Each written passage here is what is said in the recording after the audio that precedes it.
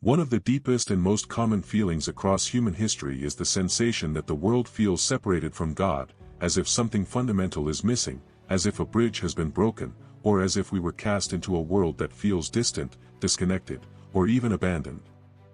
This feeling is often hidden beneath the surface of daily life, yet it shows up in moments of loneliness, despair, and questioning, especially when life feels chaotic or empty, and the pain of separation seems too deep to resolve.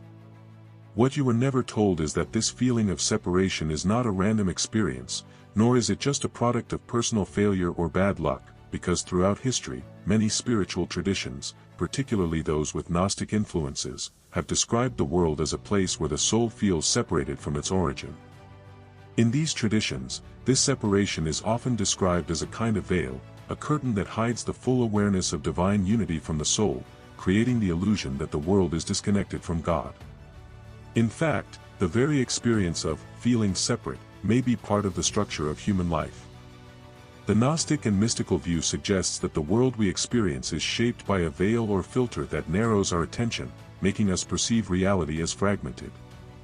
This isn't simply a failure of the human mind, it's part of the way this world operates, a system of layers that prevents us from seeing the wholeness that underlies all things. So, in this video, we're going to explore this feeling of separation and break it down in 3 layers: the biological layer, how our mind and senses are built to filter reality; the psychological layer, how our identity and personal story narrow our perception; and the spiritual layer, how ancient teachings, especially those of a Gnostic nature, explain the world as a kind of system that keeps us from fully remembering our connection to the divine. This isn't about creating doubt or abandoning faith. It's about understanding the deeper layers of perception that shape our experience of life and the world around us. If you've ever wondered why God feels distant, why life sometimes feels like it's running on autopilot, or why the world seems disconnected from deeper truth, this video is for you. And if you're curious about exploring these ideas in a way that's grounded, practical, and free from exaggerated claims, make sure to subscribe to the channel, because we're going to dive into the layers of this mystery with clarity, and the more you connect the dots, the clearer the map will become over time. To start, we need one simple distinction that will guide us through: the difference between perception and reality, because the feeling of separation is not necessarily the same as the truth of separation, and once you understand that, the mystery begins to unfold. To understand why the world feels separated from God, we need to first look at how human perception works, because perception is the lens through which you experience everything, and the way your mind filters reality plays a crucial role in why everything can feel distant or fragmented. The brain and sensory system are not designed to give you a full, unfiltered view of reality. Instead, they filter and interpret the world in ways that help you survive. This means that what you experience as real is a highly selected version of reality, shaped by what's most relevant for your survival, like avoiding danger, getting food, and maintaining social connections. This filter is useful for daily life but also creates a narrow view of the world, which can contribute to feelings of separation and limitation. Think of the brain as a filter, constantly deciding what's important and what's not. For example, you might not notice the hum of a refrigerator in your kitchen unless you stop and focus on it, because your brain knows it's irrelevant to your immediate needs. Your attention is trained to focus on what it considers urgent and important, such as your emotional state, your social interactions, and anything that might signal danger or opportunity. This narrowing of attention means that what you experience as the world is often a limited version of reality. It's as if you're only seeing a slice of the full picture.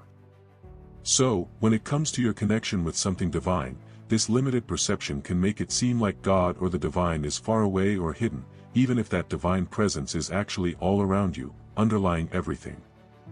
This perception doesn't just shape your experience of the physical world, it also affects your spiritual experience.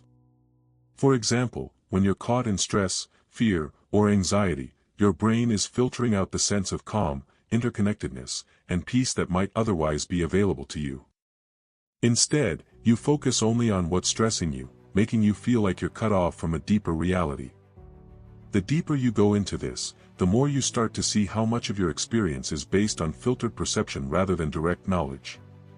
The Gnostics would say that the veil, the sense of separation from the divine, exists because your perception is always being filtered, often without you even noticing, and that veil keeps you from fully experiencing unity with the divine. So the first layer of separation, from a biological and perceptual point of view, comes from how the brain filters and limits what you can perceive. The question then becomes, what happens when you start to expand your perception, even just slightly, to notice what's outside the immediate survival needs of your day-to-day life?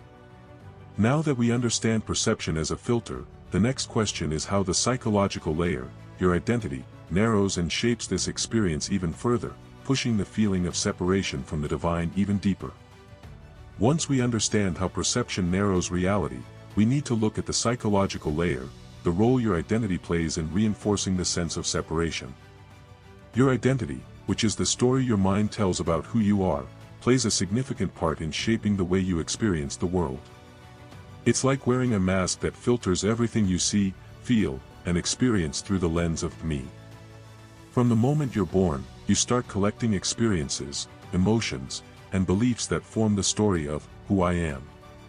This identity starts small, shaped by your family, culture, and society, and it gradually expands with time. As you grow, your mind builds walls around your identity to keep it intact, because the survival instinct and the need for belonging require a clear sense of self. This need for self-preservation, however, often narrows your consciousness, making it harder to experience unity or the divine. Your identity constantly reinforces this separation by keeping you locked in the stories you tell yourself. For example, if you identify strongly with being the achiever, the provider, or the spiritual seeker, you start seeing the world through those roles. These labels create boundaries for how you relate to others, how you experience emotions, and how you interpret life's events. You filter the world through this sense of me, and in doing so, you lose touch with the deeper awareness that exists beyond the identity. In this way, your identity becomes like a filter on top of the brain's filtering system. The mind, already trained to prioritize survival, now becomes focused on maintaining the role and protecting the identity. When your identity feels threatened, whether by criticism, failure, or insecurity, your attention contracts, focusing only on the potential danger to your self-image. This leaves little room for anything else, especially deeper truths or spiritual experiences that might challenge the role you've built for yourself. The feeling of separation from God is a direct result of this psychological narrowing because your identity keeps you locked into a limited perspective, always interpreting the world through the lens of me. When you're caught up in maintaining and defending your identity, you're not looking at the world through a lens of unity or interconnectedness, you're seeing it through a mask that says, "This is who I am, and this is all that I am." The Gnostics would argue that this is exactly why the soul feels separated from God. The soul is pure awareness, but as it enters the world and takes on the veil of identity, it becomes trapped in a limited view. The more attached you are to your identity, whether it's the role you play in society, your social status, or the stories you tell yourself about who you are, the more separated you feel from the divine, because you're no longer connected to your deeper, true self. The key here is understanding that your identity is a tool, not your essence. When you let go of the need to defend your identity at all costs, you create space to experience a deeper connection to the divine, not through the role you play but through the awareness that exists beneath the role. Now, once we understand how the mind and identity shape our experience of separation, the next layer to explore is the systemic layer, the external environment that reinforces the sense of distance from the divine. This is where the world itself plays a role in perpetuating the feeling of disconnection. The systemic layer is where things start to feel a little more complicated, because the world around you is not neutral, it shapes your experience and reinforces the feeling of separation, often without you even realizing it. The environment you live in, the culture you're part of, and the societal systems you navigate all play a significant role in how you perceive the world and, more importantly, how you perceive your connection to something greater than yourself.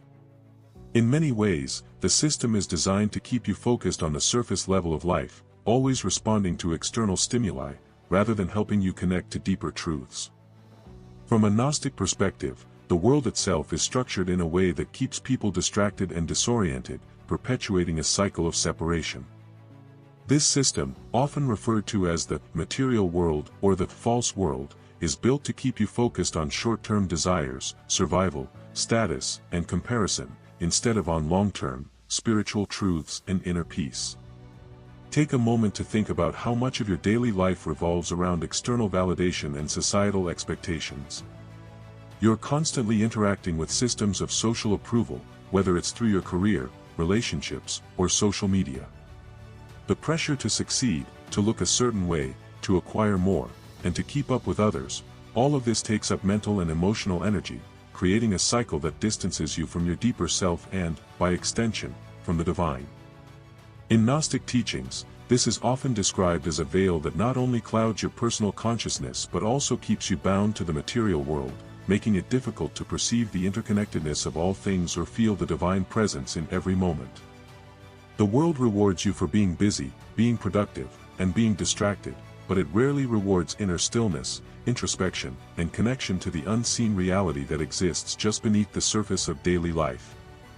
The external systems also condition you to focus on separation rather than unity. You're taught to see yourself as an individual, separate from others, and you're constantly comparing yourself to everyone else, whether it's your achievements, your wealth, your appearance, or your spirituality. In this environment, there's little room to feel connected to something greater than the individual me, because the system keeps reinforcing the idea that you're separate from everyone and everything. But this feeling of separation is not an accident, it's built into the system itself. The distractions, the endless comparison, the drive for approval, and the focus on material success all serve to reinforce the veil between you and your true self. These distractions feed into your identity, making it harder to remember the deeper connection to the divine that exists within you and everything around you. The key to shifting out of this cycle is not to completely abandon society or reject the material world. It's to become aware of how much these external forces are shaping your perception. You begin to realize that much of what you feel as separation is actually the result of these systems conditioning you to stay narrow, reactive, and distracted. Once you recognize this, you can begin to gently disconnect from the constant need for external validation and turn your attention inward, where the deeper connection to the divine can be rediscovered. Now that we understand how the world itself perpetuates the sense of separation, the next step is to look at how the process of remembering works, because once we realize that the world and our own minds are shaping our perception of separation, the question becomes, how do we return to a state of connection? What does it actually mean to remember our unity with the divine? Now that we've explored the layers of perception, identity, and the system that contribute to the feeling of separation from God, we can move toward the most important question: how do we return to a state of connection? What does it mean to remember our unity with the divine? The first thing to understand is that remembering is not about trying to force some grand, mystical experience. It's about slowing down, becoming present, and noticing what's always been there, beneath the noise and distractions. The idea of remembering is central to many spiritual traditions, and it's often described not as learning something new, but as realizing something that has been hidden, or perhaps veiled, by the layers of the mind, the identity, and the world around you. In Gnostic teachings, this process of remembering is often called gnosis, or direct knowledge of the divine. It's not intellectual understanding, but experiential recognition of the unity that exists behind the veil. This is why Gnosticism places so much emphasis on personal experience and inner awakening.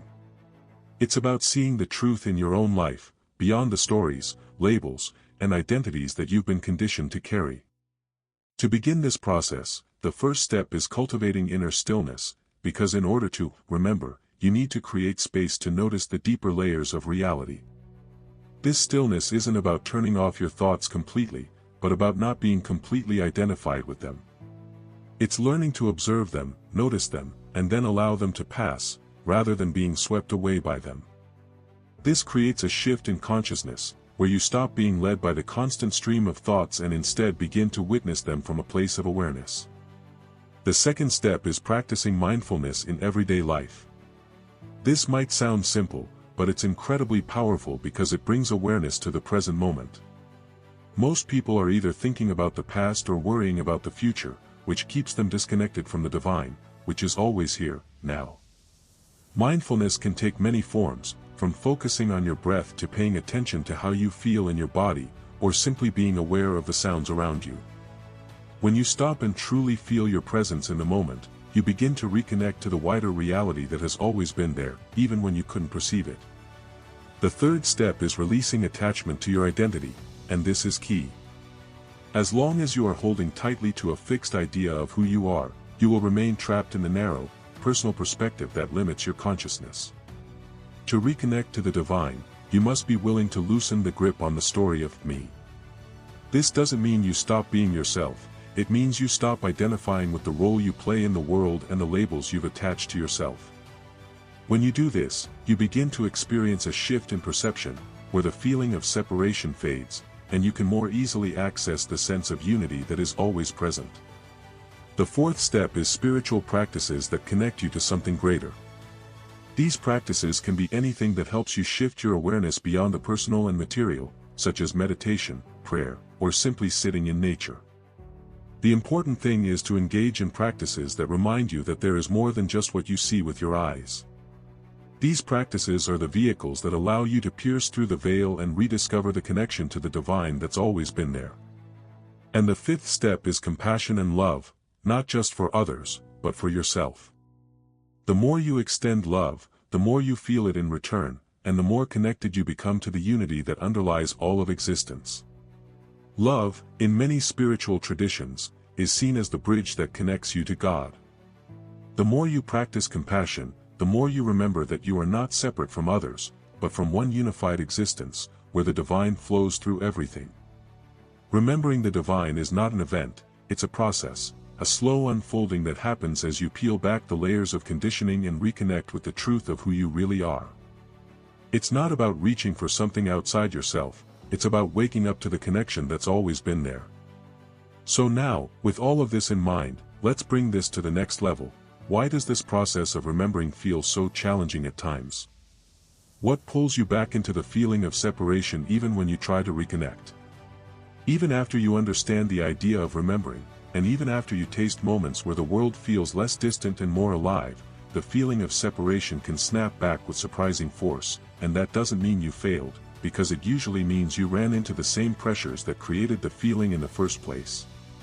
One reason remembering feels challenging is that the nervous system prefers what is familiar, even when what is familiar is painful, because familiarity feels predictable, and predictability feels safe. So if your default state for years has been worry, control, performance, and self-protection, then quiet openness can feel unfamiliar, and the mind may treat unfamiliar openness as a threat, even though it's actually the doorway to connection. Another reason is that remembering often brings you face to face with what you've been avoiding, because when the noise drops, you don't only find peace, you also find what the noise was covering, like grief you never fully felt, anger you turned inward, loneliness you numbed, or fear you kept busy so you wouldn't have to meet it. And many people don't return to separation because they don't want God. They return to separation because they don't want the emotional truth that appears on the way back. A third reason is that the mind is addicted to control, and control is a form of distance, because to control life you have to stand outside it mentally, labeling, judging, predicting, defending, and when that becomes your main mode of living, even prayer can turn into bargaining, even meditation can turn into achievement, and the divine can start feeling like a distant judge instead of an intimate presence, not because God moved, but because you're approaching from a clenched posture that can't receive. There's also the social side, which is more powerful than people admit, because most environments reward the surface self, the productive self, the impressive self, the agreeable self, and when you begin to soften and become more inwardly honest, you may feel out of rhythm with the people around you, and that can create a subtle fear of losing belonging, which makes the mind tighten again, because it would rather feel separate from God than feel separate from the tribe.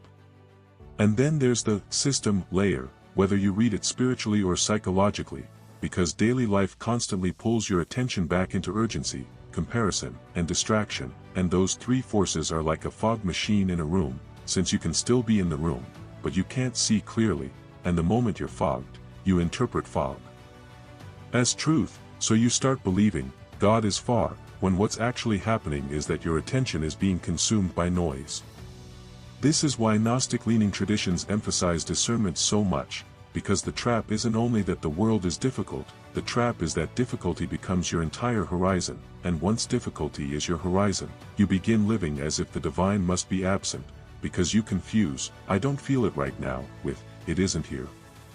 So the process of remembering becomes less about chasing a permanent high and more about learning a gentle rhythm, noticing contraction, softening it, returning, and repeating, because each return trains the nervous system to accept connection as safe, and over time the distance becomes less convincing, even when life is still messy.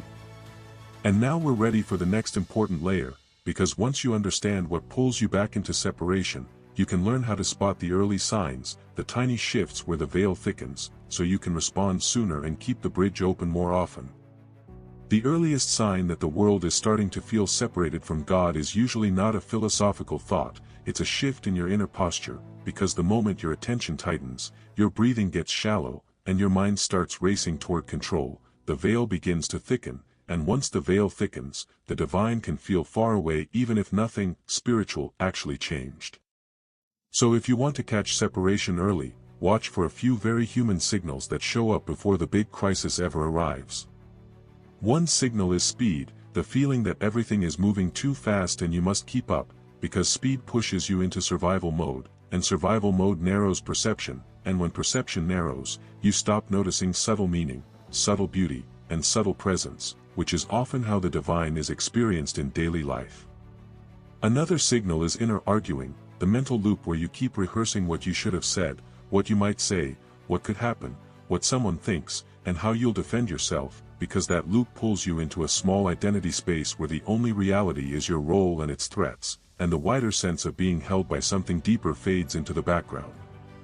Another signal is scoreboard living, where you measure your day through wins and losses, approval and disapproval, progress and failure, because the moment you turn life into a scoreboard, you also turn yourself into a contestant, and contestants don't feel God as presence, contestants feel life as pressure, since everything becomes a test you can fail.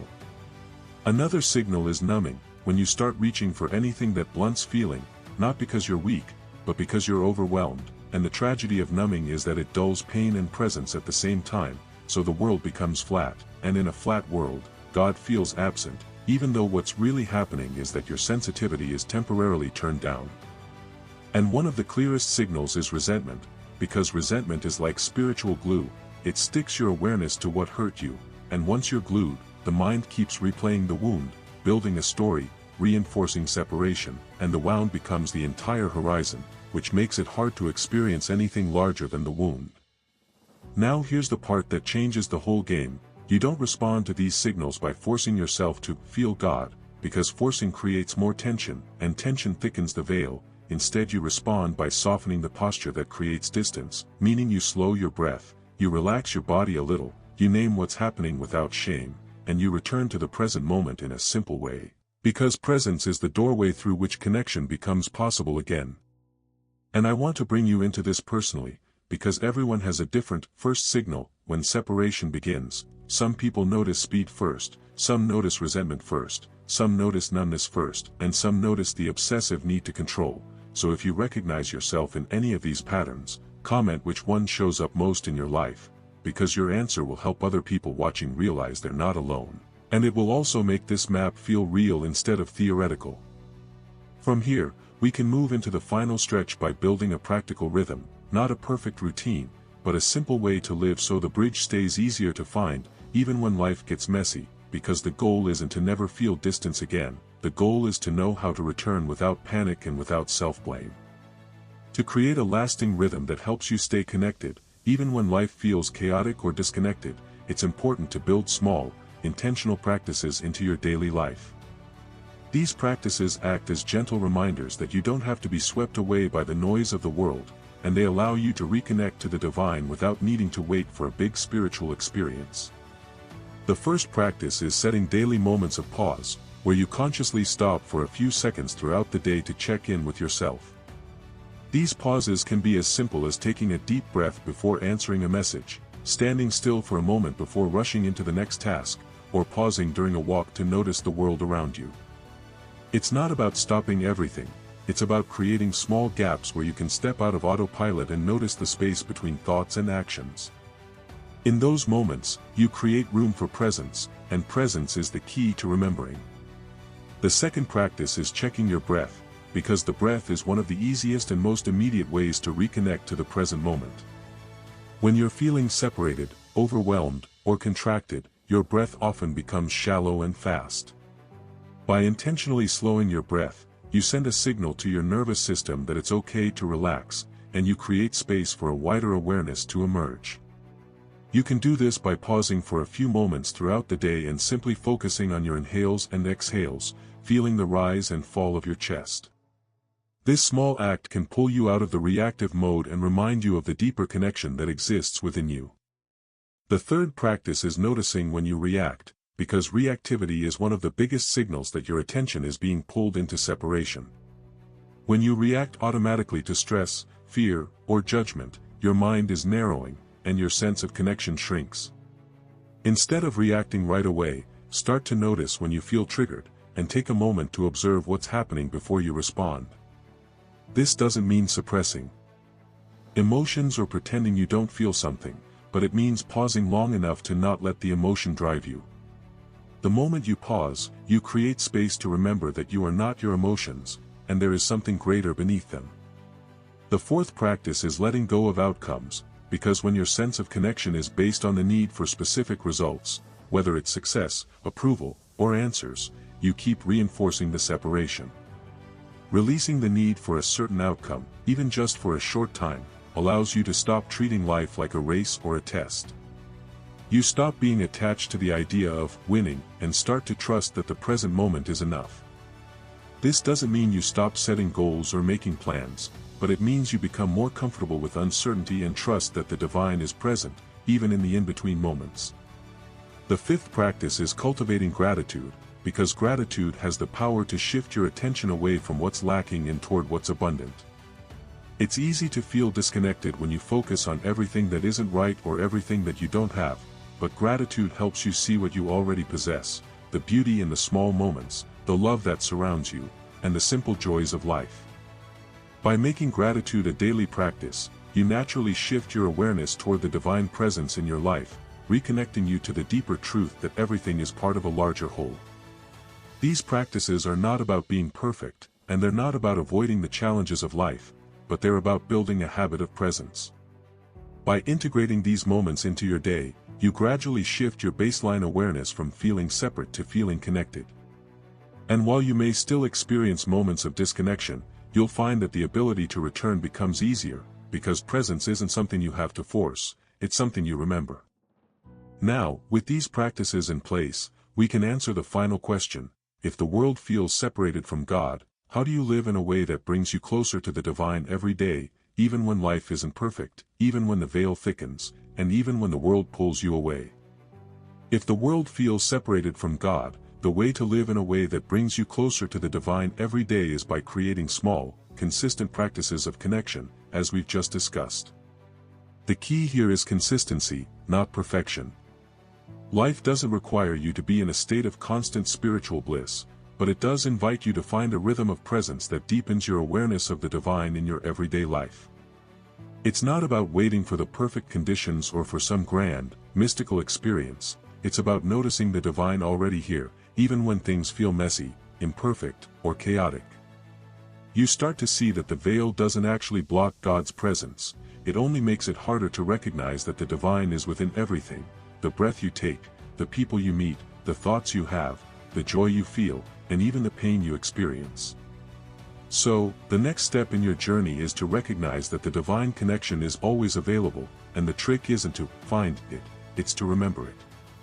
This remembrance is not something that happens once and stays forever, but something that ebbs and flows, and when you create space for the divine to enter, you make it easier to feel God's presence again and again, no matter what you're going through. One of the most powerful shifts that can happen is changing your perception of what separation really means. Separation is not an objective truth, it's a perception that arises from how we experience the world, and that perception is shaped by the filters of the brain, identity, and environment. By practicing presence and releasing the need to control, you begin to feel that the world isn't truly separate from God, it just feels that way when your attention is focused on the wrong things. As you shift your focus, you start noticing the divine in the mundane and even in the chaos. Another important part of this is accepting the flow of life. There will be times when the veil feels thick and God feels distant, but those times are not an indication that you failed or that the divine has abandoned you. These moments are part of the ebb and flow of the spiritual journey. They remind you that connection is not about a permanent state of being on, but about the ability to return to the awareness that you are always connected, even when you forget. The final step in this process is recognizing that you are a channel for the divine. You don't need to go somewhere else to find God, you don't need to do anything special. You already carry the presence of the divine within you. This is why daily practices of mindfulness, gratitude, silence, and love are so powerful. They are ways of clearing the space so the divine can shine through you and into the world. When you live from this understanding, the separation begins to dissolve, not because everything suddenly becomes perfect, but because you stop needing to fix yourself and the world to feel connected to God. The connection was never lost. It was always there, waiting for you to recognize it in the ordinary, the everyday, and even in the difficult moments. As we close this video, I want to leave you with one final question to reflect on, because it can help you measure your journey without pressure or guilt. When you feel separate from God, what is it in your life that pulls your attention away from your deeper connection, and how can you gently return to remembering the divine that's always been within you? If this message resonates with you, and you want more content that brings clarity and practical insight without sensationalism, make sure to subscribe to the channel, because the process of remembering doesn't happen overnight, but over time, with consistent practice, it becomes easier and more natural.